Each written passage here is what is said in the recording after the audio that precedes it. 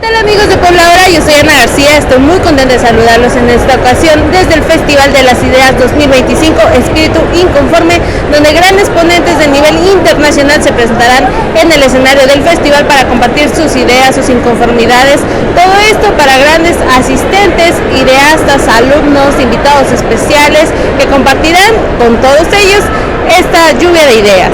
Yo soy Ana García y te invito a que te quedes con nosotros.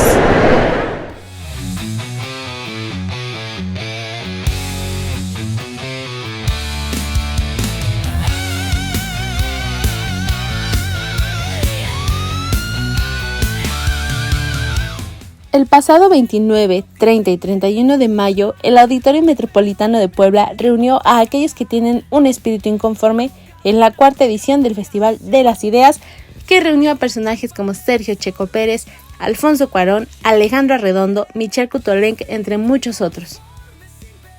El tan esperado evento comenzó con el segmento Libertad y Prosperidad, el cual abrió con la experiencia inmersiva de Urban Theory, para seguir con las charlas de Dori Kazum, quien habló del diseño de fachadas para mejorar la vida, Misty Chernov, quien habló sobre su experiencia como periodista de guerra, dándole voz a la población civil inocente, así como Luis Lacalle, en un conversatorio de libertad responsable con Roberto Salinas. Por su parte, Matt Gibb, presidente de Free the People, habló respecto a si mantenernos pendientes del mundo que nos rodea ha evitado centrarnos en nosotros para ser felices. That's a great question, and I have been involved in third parties in the United States. And the challenge with third parties, at least in the American system, is that the two parties that control the system, we call them the duopoly, keep changing the rules to prevent competition. They don't want competition, they don't want third parties. There's an interesting dynamic that happened in our last election where you had someone who was always considered a progressive Democrat, RFK Jr., and the so-called Make America Healthy Again movement actually coalescing with the MAGA movement. Two very different movements, two very different agendas, but they found common ground. I'm hopeful that there's an opportunity to liberate people from the very limited and sometimes frustrating choices that they get in our system. And by the way, technology, I was talking about social media earlier and the radically democratizing nature of that. It's only a matter of time before top-down political systems face the same fate that big corporations, big media, fill in the blank. All of these top-down systems have collapsed, except for politics, because those in power cling to it and they don't want you to get better choices. I think we should push for it, but be aware that the people in the current system don't want us to have those choices. Ante los medios, Valentina Luján compartió cómo se ha modificado el concepto de felicidad de la sociedad a partir del like y los estándares establecidos en las redes sociales. Con esa inmediatez y esta velocidad vertiginosa de estímulos, es que nos hemos olvidado del valor de los procesos, ¿no? Antes pues tenías que ir a cazar o a recolectar frutos para poder comer. Hoy en un clic te llega el Uber Eats y ya comiste. Antes tenías que hacer tu chamba de ay, me echo la mirada, cómo te llamas, te invito a salir, conectamos. Hoy, pues en un swipe, me gustas, no me gustas, ¿no? Antes querías tener el cuerpazo, pues había que tener una alimentación, hacer ejercicio. Hoy te echas 3 chochos, que no sabemos qué efectos secundarios le vayan a traer a tu cuerpo, y ya bajaste de peso, ¿no? O en lugar de darle mantenimiento a tu cuerpo para tener vitalidad, te fijas en la imagen porque quieres parecer más joven. Entonces, creo que hemos desvirtuado los conceptos y los valores por los cuales nos regimos, pero se vuelve sumamente delicado el olvidarnos del valor de los procesos, ¿no? Yo siempre digo que la felicidad no es llegar a la cima, sino la caminata para llegar a la cima. Si alguien te pusiera en la cima de X montaña, pues ya te perdiste el amanecer, la plática con tu cuate, todas las plantas y flores maravillosas que viste en el camino, los animales. Entonces estamos muy enfocados en el resultado y somos intolerantes a esta perseverancia y renunciamos al goce de los procesos. Entonces, pues se va a revertir en tanto seamos conscientes y retomemos lo que verdaderamente importa para cada uno. Durante el segmento de arte, el cantante filipino Marcelito Pomoy sorprendió con su cambio de registros masculinos y femeninos durante sus interpretaciones, para darle paso a las charlas del arquitecto mexicano Alejandro Arredondo, quien participó en la reconstrucción de la Catedral de Notre Dame, la modelo e influencer británica biónica Philly Loki, Jason Bevan, quien mostró varios tips para ser creativos, y Michelle Kutolenk, la primera ingeniera de sonido mexicana en ganar un Oscar. Pero el momento más esperado para cerrar el primer día de actividades fue la conferencia magistral de Sergio Checo Pérez, quien compartió los inicios de carrera y posteriormente charló con el periodista deportivo Gabo Martínez.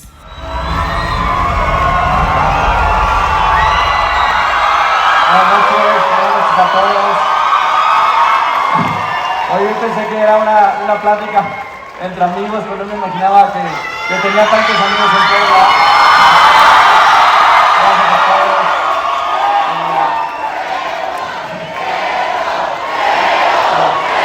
Muchas gracias. Toda mi carrera, lo que fue, siempre fue difícil y lo importante fue que no me di por vencido y por eso estoy así. Entonces, todos ustedes que van por el camino difícil, van bien, síganle por ahí, no se cambien al fácil porque ese no llega a lo bueno. Entonces, sigan motivados, ilusionados, todos juntos, empujando por hacer un mejor país. Eso es lo más importante para todos. No, la verdad es que te digo, hoy en día obviamente estamos en contacto. Creo que las cosas se van a empezar a mover en los próximos meses y ahí es donde tendremos que hacer una decisión. Yo hoy lo tengo claro, ¿no? Yo creo que si yo encuentro el proyecto que me motive a regresar a dar mi 100%, porque no puedo volver, después de toda la carrera que he tenido, después de todo el apoyo de esta afición, no puedo volver y especialmente con mi familia, no puedo volver a un proyecto que no esté seguro. Tiene que ser algo que me convenza al 100%, y si es así, no tengo ninguna duda que volveré.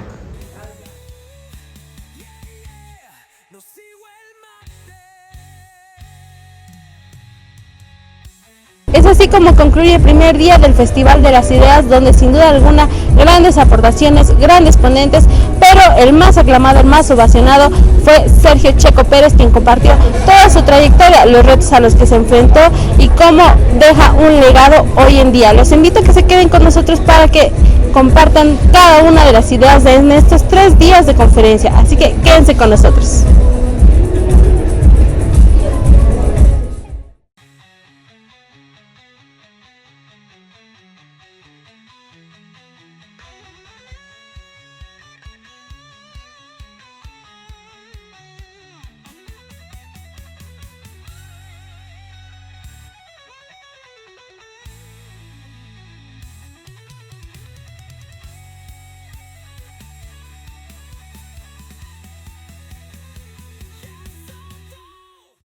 Hola amigos de Puebla Ahora, estoy muy contenta de saludarlos en este segundo día del Festival de las Ideas 2025, Espíritu Inconforme, hoy con la segmentación Educación, Salud e Innovación, y sin duda alguna el más esperado de este día, Alfonso Cuarón. Así que los invitamos a que se queden con nosotros.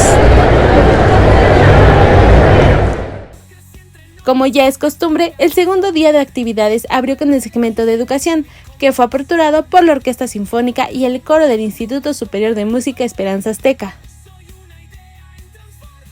Alison Avendaño compartió desde su corta edad un consejo para que los padres puedan ayudar a sus hijos a tener un uso correcto de la tecnología sin resultar transgresores de su libertad de explorar el mundo. 1. El uso de la tecnología en los niños y jóvenes. Yo uso tecnología, mi página web es a través de la tecnología, tengo redes sociales, pero lo uso de forma positiva. Entonces siento que el enfoque debería ser, usa la tecnología, pero úsala como aliada. En mi caso lo hago para dar a conocer mi empresa y sobre todo el mensaje de propósito que transmito.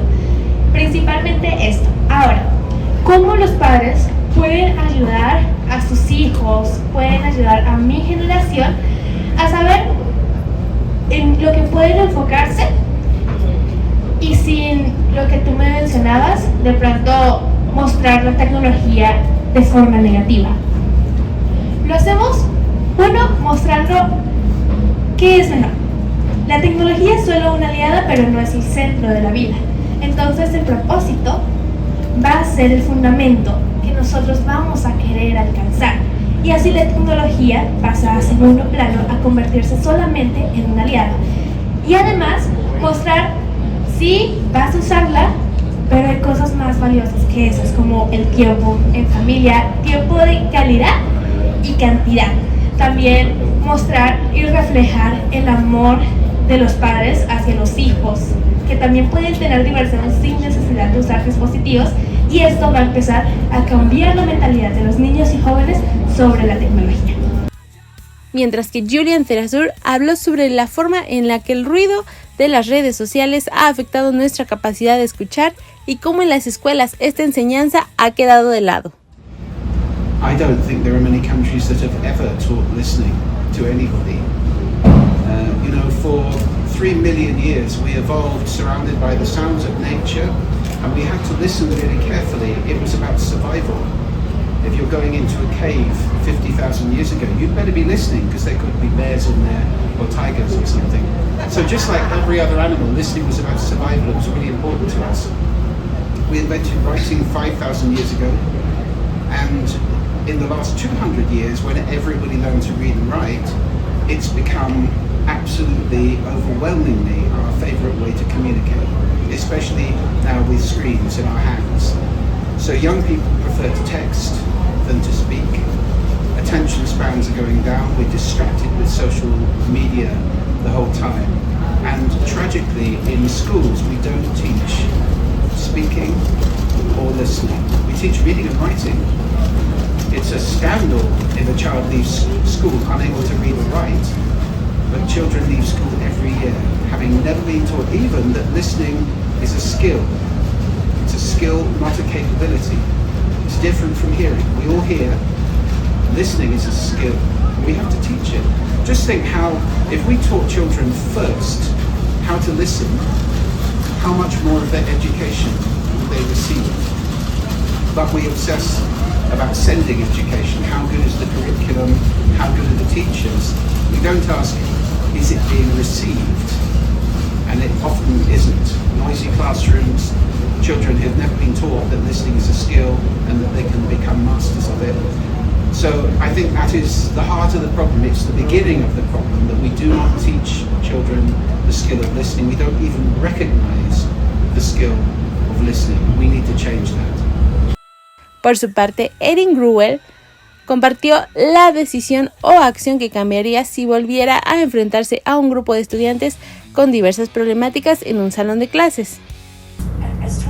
Como dijo Tony, yo nunca los dejo en paz, porque me daba miedo. Los niños estaban muriendo. Era tan feo, tan dramático, que en el camino a la escuela un joven le podían disparar, o de regreso a la casa el ICE podía llevarlos a otro país, como dice Tony, y llegaban a la escuela y tenían hambre. Entonces me di cuenta, aunque yo no sabía lo que estaba haciendo, yo sabía que podíamos hacer que ese fuera un lugar más amable, que yo quería darles oportunidad de hablar de sus temores del asesinato, su temor acerca de la deportación, las cuestiones deshumanizantes que a veces nuestro gobierno ha hecho y está haciendo en la actualidad. Y yo no me daba cuenta que la educación es como una cosa política. Puedes ser activista. Yo no era activista ni era política, pero sí lo soy ahora. Me encanta enfrentarme al sistema, me encanta hablar ahora del gobierno.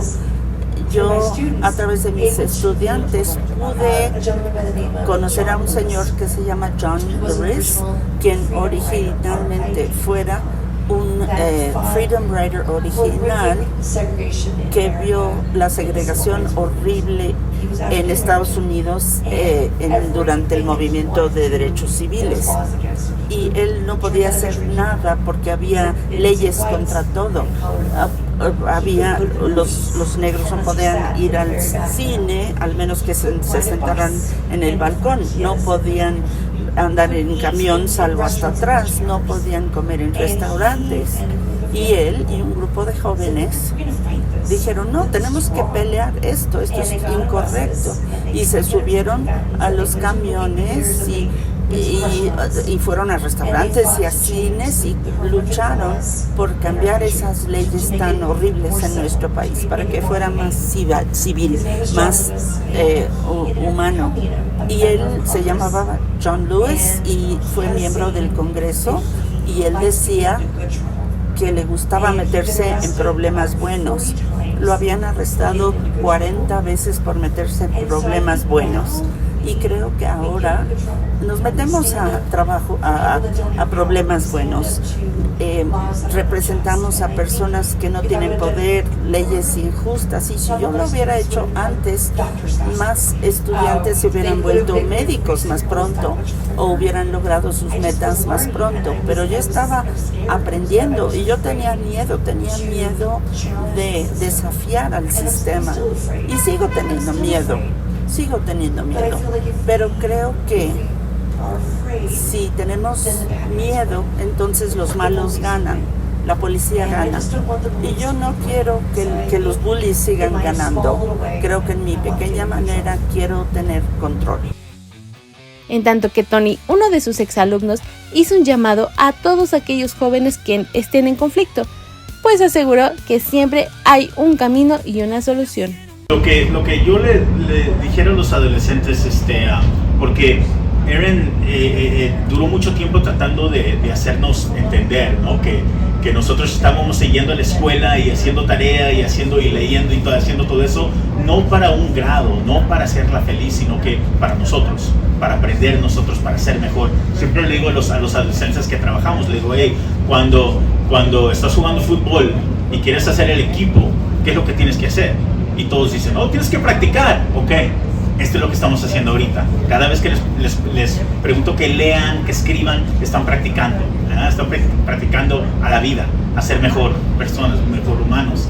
Y lo que les dijera a los adolescentes es, siempre hay personas buenas, siempre va a ser adultos, maestros, personas buenas que nos quieren ayudar.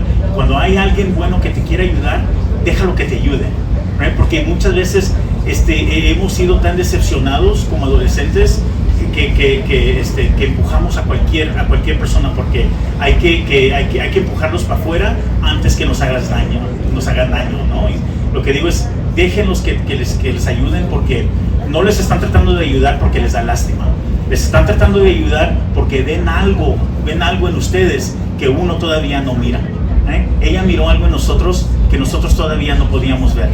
Y no era hasta años después que miramos y dijimos, oh, nos ayudó, no por la lástima, sino porque miraba algo, porque sabía que podíamos hacer algo grandioso. Y no fue hasta años después que pudimos lograr eso. Y Nusser Yassin habló sobre su perspectiva respecto a la tecnología y las relaciones humanas, además de la inferencia que podría tener el gobierno en el manejo de la inteligencia artificial al ponerla al alcance de todos. Wow, that's a very negative way to look at it. Wow. Probably. But, just embrace it. The government already controls you. You don't pay your taxes, you're going to jail. You're controlled by the TikTok algorithm. You're controlled by the Facebook algorithm. You are already in jail. So, yeah, AI will make you a little bit more in jail. I don't see a world where you're not being controlled, because AI now is so smart. It can control, like your Facebook feed can control how happy or how sad you are. So that's already been the case for the last 10 years. But I think the big thing is, like, these are the negative potentials, which is fine, could happen.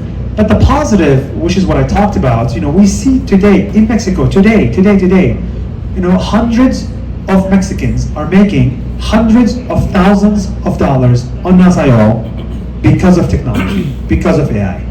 Hundreds of thousands of dollars are being generated every month to Mexican entrepreneurs, and I see the data. It's because of AI, it's amazing. So that's beautiful. Let's do more of that. El segmento de salud comenzó con el acto de ilusionismo de Solange Cardinali, quien dio paso a Matthew Hussey para hablar sobre la importancia de la autoconfianza y el amor propio para mejorar las relaciones personales y laborales. Peter Sage causó entusiasmo entre el público al hablar de salud mental. Cesarina Gracia aportó los conocimientos del Jiu-Jitsu para detonar la creatividad y Alu Arthur exploró la muerte como un asunto al que se debe poner más atención. Con 98 años de edad y toda la actitud de seguir disfrutando la vida, Alberto Chapp compartió su opinión sobre los asilos de ancianos y los familiares que abandonan a adultos mayores en estos lugares. Yo creo que en todo el mundo eso es una cosa deficiente. ¿Por qué? Porque no quiero hablar mal de esto, pero está determinada por gente joven que no sabe lo que sentimos nosotros. Bueno, creo que hay que tirar la pelota así, hay que hacer de la otra manera, o hay que jugar a las cartas. Y yo creo que eso es totalmente insuficiente. Yo no sé tampoco si la gente internada en los geriátricos realmente puede decir, bueno, creo que a mí me viene bien tal o cual cosa. Pero algunos que tenemos, por supuesto, la lucidez suficiente para eso, podemos decir, lo que este grupo geriátrico de cualquier edad, porque a veces se puede ser muy viejo a los 70 años, y lo que necesita es tal estímulo, darse cuenta cuáles son los estímulos, no cosas que uno imagina que le puede servir, porque hay no centenares, miles de libros escritos acerca de nosotros los nonagenarios, pero yo los leo y un poco me causa cierta risa. ¿Cómo sabes lo que yo siento? O cómo hacer una generalización de algo que pensó a lo mejor, y obviamente Guadalupe tiene 26 años, no es que yo le puedo decir, no, vos tenés que tener la experiencia de tal modo, pero Guadalupe me pregunta a mí, Alberto, ¿qué te parece eso? Yo le digo, le doy mi parecer, y bueno, después habrá una conciliación entre lo que yo creo que he vivido y pienso y lo que ella puede llegar a hacer y que yo desconozco a través de las redes sociales, que ella maneja muy bien y que yo soy analfabeto informático. Entonces hemos tenido una conciliación conceptual que también debería haber en los geriátricos, pero me trabo un poco, me da un poco de miedo que parezca que estoy hablando mal de la gente joven. Yo no estoy hablando mal de la gente joven, lo que digo que no consulta suficientemente con la gente que tiene experiencia y la lucidez, repito, necesaria como para orientarlos. Sí, eso es muy común, el estorbo del viejo que hay que marginarlo porque molesta, porque, bueno, en este caso yo sé que tengo mi limitación auditiva, pero me preocupo en entender qué es lo que me estás diciendo. En las situaciones familiares no sucede eso. Bueno, deja, como que me molesta, le vamos a repetir 3 veces lo mismo y va a entender esto que le decimos o no le decimos. Es muy probable que no lo entienda. Y si no entiende, bueno, no tenemos ganas de agarrar el celular y hablar de nuestras cosas. Viste que salió TikTok, Instagram, esto, lo otro. Y el adulto, el viejo, porque es viejo realmente como un trapo, no llega a entender eso. Pero tampoco los jóvenes hacen una intención de integrarlo al grupo. Yo cuento un cuento que creo que refleja todo esto y que nos toma el pelo a nosotros mismos. Una señora llama al hijo y me dice, por favor, Carlos, mira, me bloquearon la cuenta del banco, tengo que saber cuándo cobro la jubilación. Bueno, mamá, ¿y pusiste tu nombre? Sí, como no, puse. ¿Y pusiste la clave para entrar en el banco? Por supuesto, la que pones vos, puse los 6 asteriscos. Entonces, Evidentemente ahí falta una comprensión. Bueno, yo no culpo a la señora esta que si hay que poner una clave, que las claves son asteriscos, que hay que convertirlo en otra cosa. Pero alguien le explicó bien.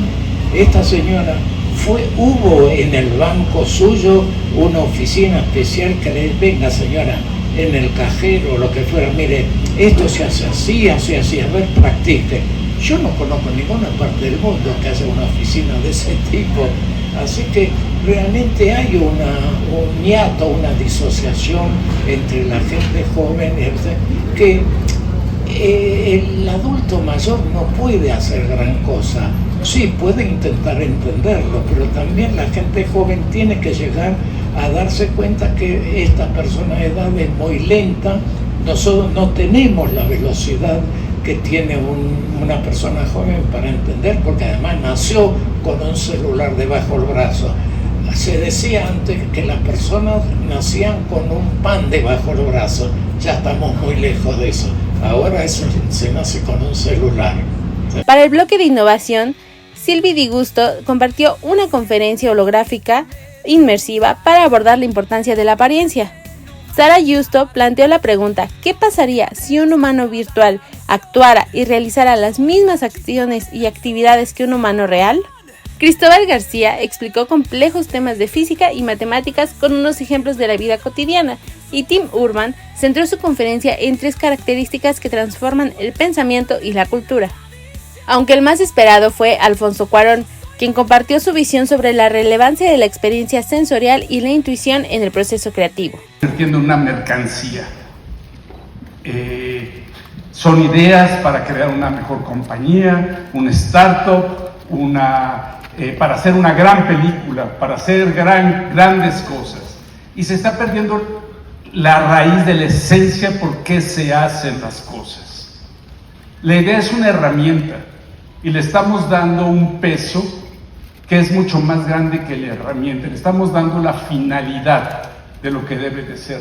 Y yo creo que se aplica en todo. Definitivamente en el cine, pero también en nuestras vidas día a día, en cómo construimos nuestras vidas. Y bueno, vamos a platicar al rato de muchas cosas, vamos a platicar de cine inevitablemente, pero creo que es también interesante y abordar este asunto, sobre todo a las nuevas generaciones, porque las nuevas generaciones están viviendo un momento casi único por un lado en la humanidad, que es una generación que nació con unas nuevas herramientas. El proceso más interesante y mucho más profundo es la emoción. La emoción, y me refiero a las emociones más profundas. Lo que hay empieza con emociones y con imágenes, con sonidos, con la parte sensorial. Esa es otra cosa que le tengo sospecha a las ideas.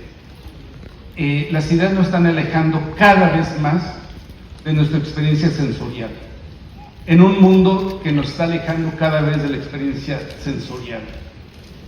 Con la inteligencia artificial, que es una magnífica herramienta, pero es eso, una herramienta, y le estamos dando una importancia mucho mayor.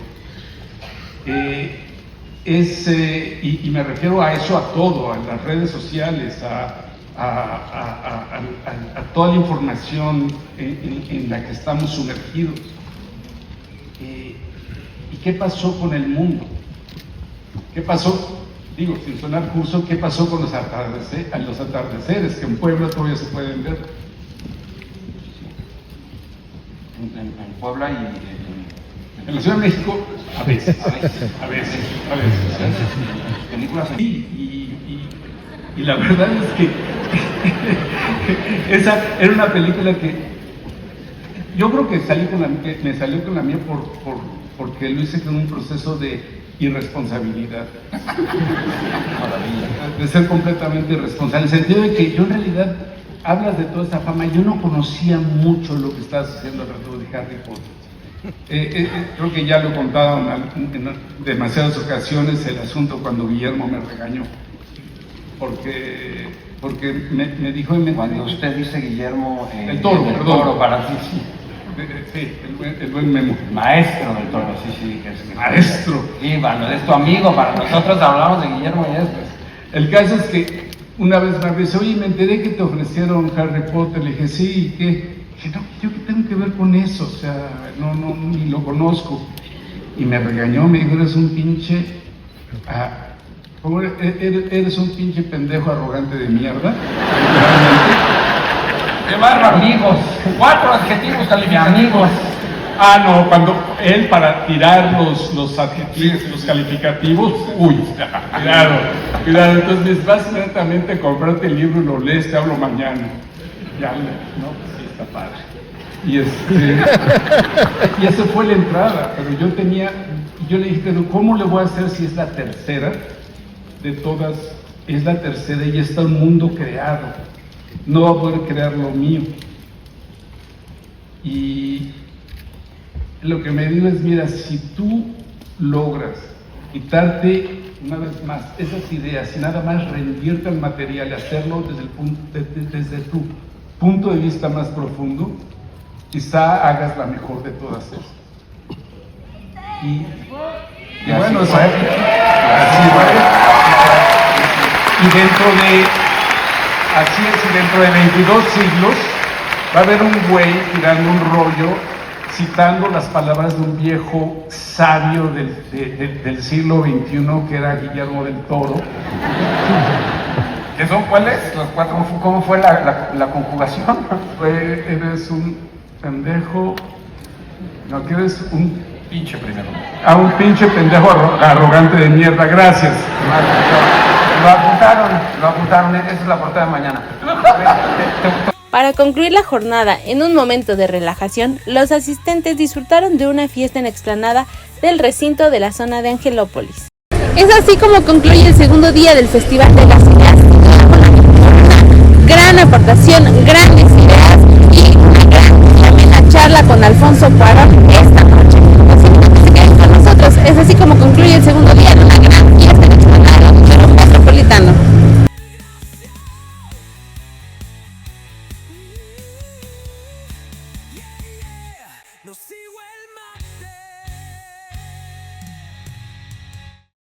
Estamos en el último día del Festival de la Ciudad 2025, donde la economía y el liderazgo serán los principales temas a abordar. Así que los invito a que se queden con nosotros. El último día abrió con el segmento de economía, no sin antes deleitar a los asistentes nuevamente con la intervención de Marcelito Pomoy, para dar paso a las charlas de Robert Breedlove, quien comparó el Bitcoin con la Matrix. Roberto Salinas explicó las implicaciones de la guerra comercial y las barreras arancelarias.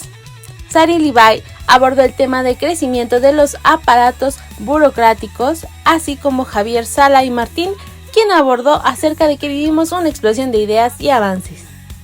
Simeón Jacob habló sobre las repercusiones que tendrá esta elección del Poder Judicial en la inversión extranjera que México espera.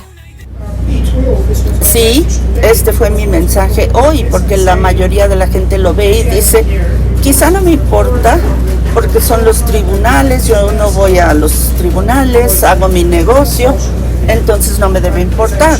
Pero les he mostrado con ejemplos, sí les debe importar, porque el sistema judicial es el meollo de un país estable. Entonces, si no sabemos quiénes son los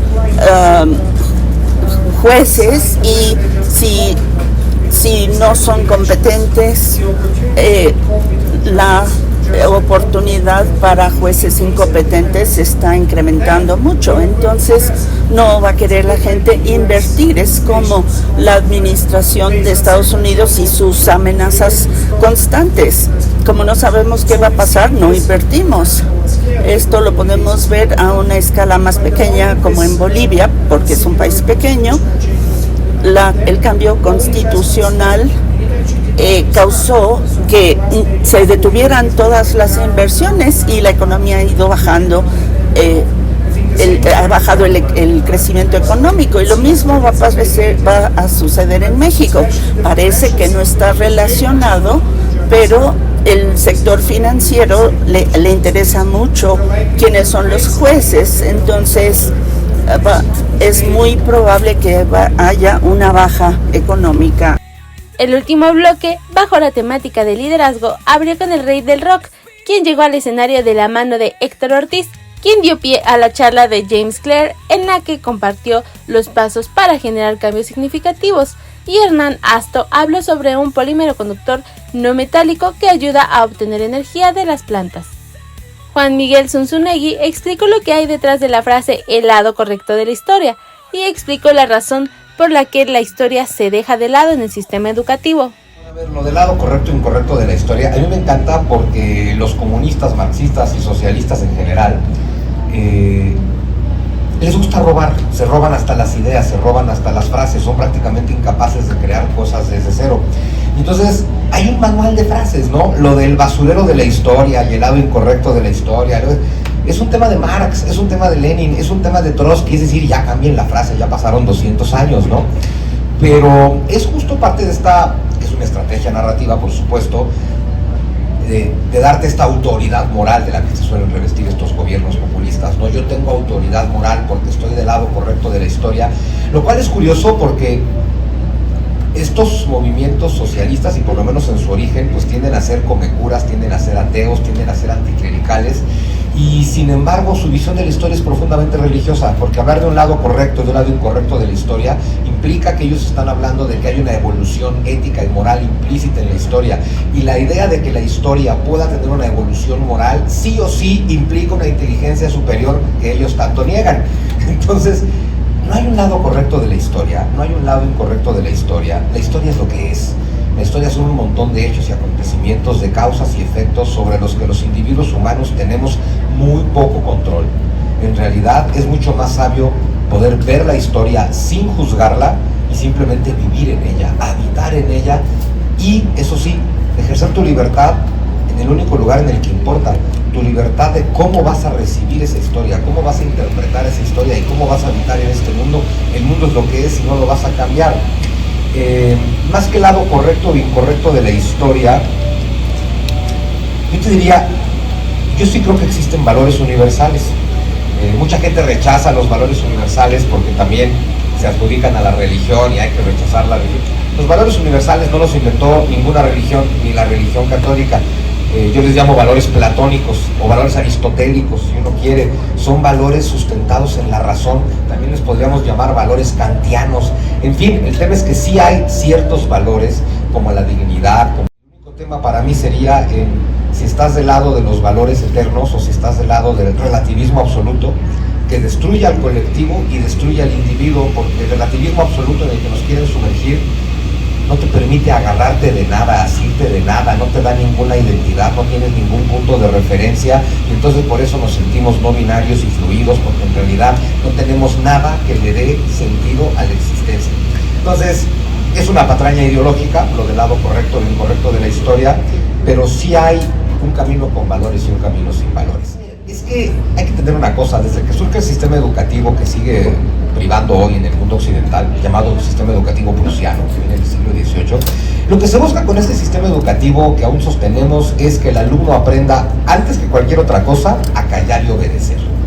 Antes que a pensar, razonar, a callar y obedecer. Después de callar y obedecer es aprende a producir, lo cual está muy bien, es aprende a callar y obedecer, aprende a producir y aprende ideología, la que sea. En el siglo XIX se nos enseñaba nacionalismo, aprende a morir por la patria. Hoy en día nos llenan de ideologías, sea ideología lingüística, sea ideología de género, sea ideología de lo que sea, y las escuelas se han convertido en un centro de adoctrinamiento.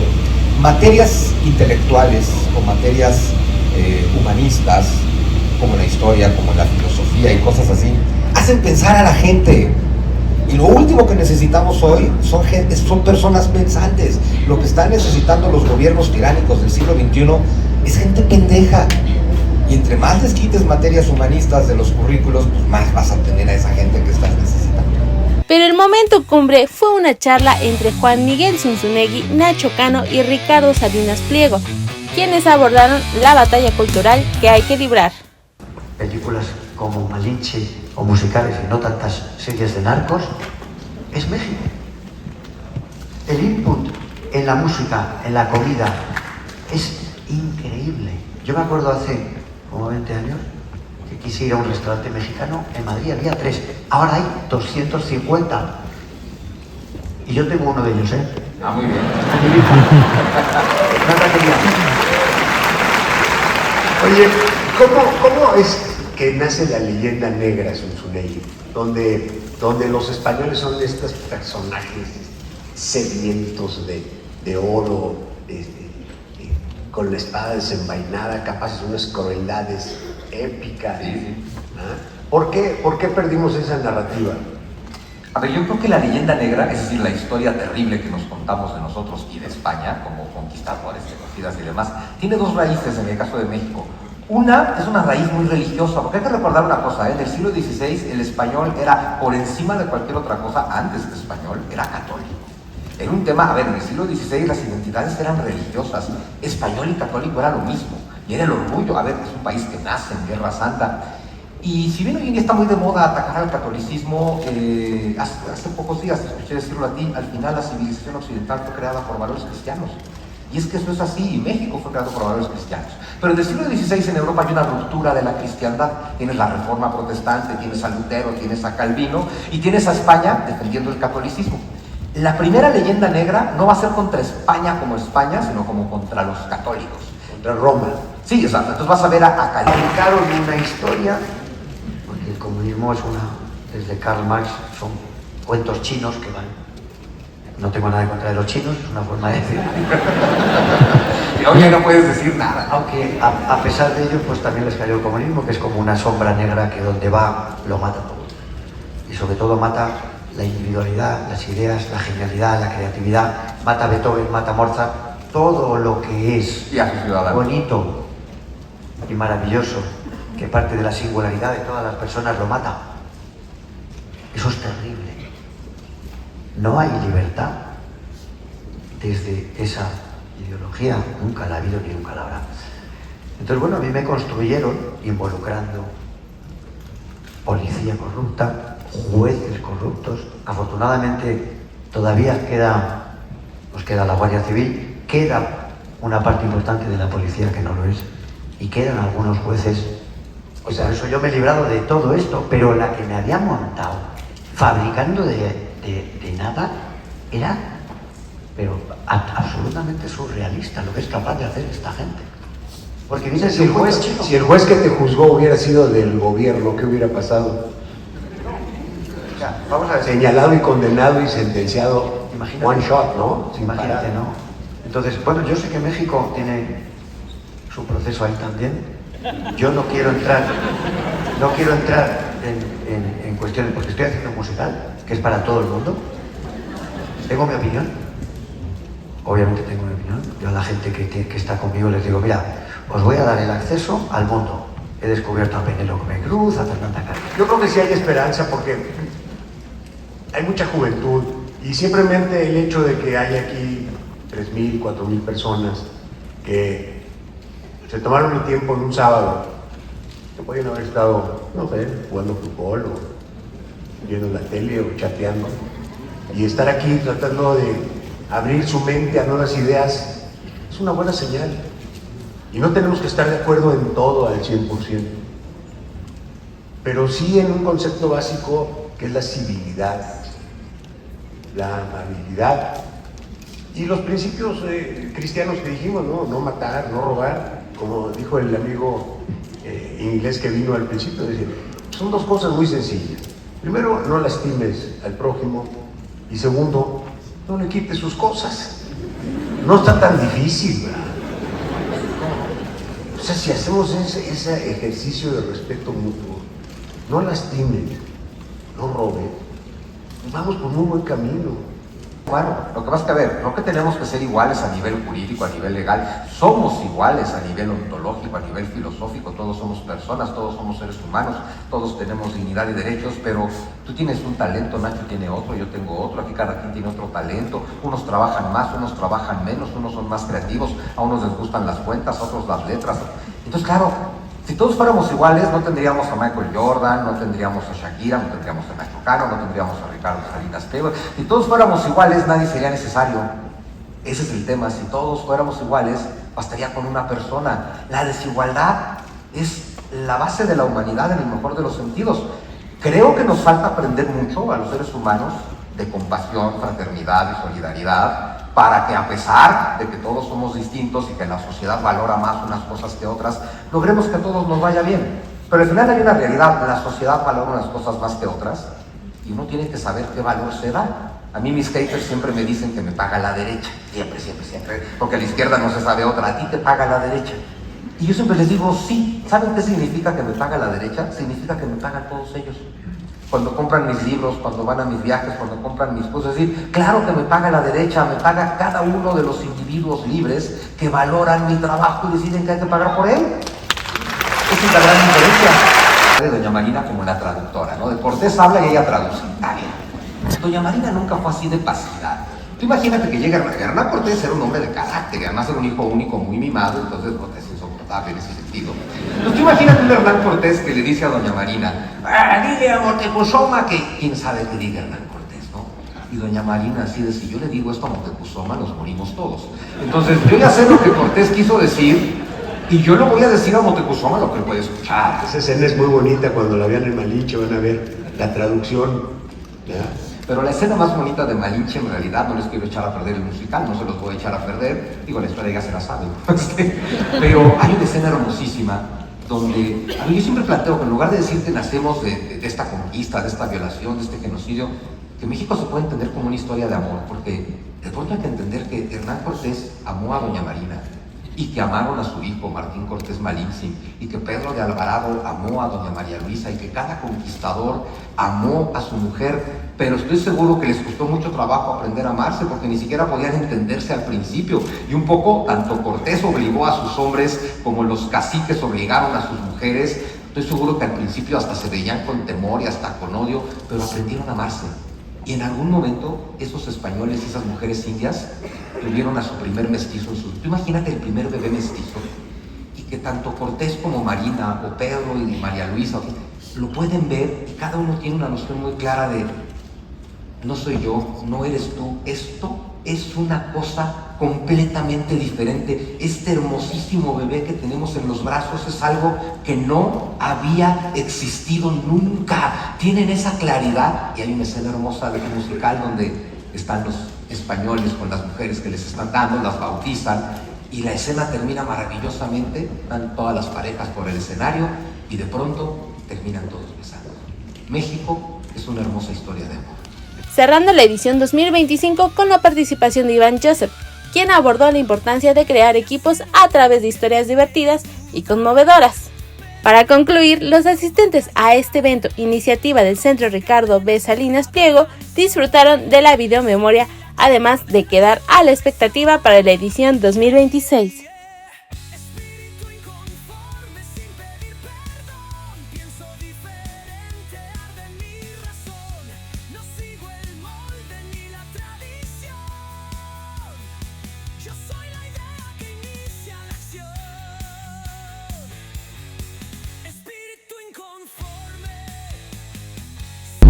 Es así como concluye una edición más del Festival de las Ideas, donde miles de espíritus inconformes salen con mayor innovación, creación e ideas. Gracias por habernos acompañado en este reportaje. Yo soy Ana García y los invito a quedarse en Puebla ahora.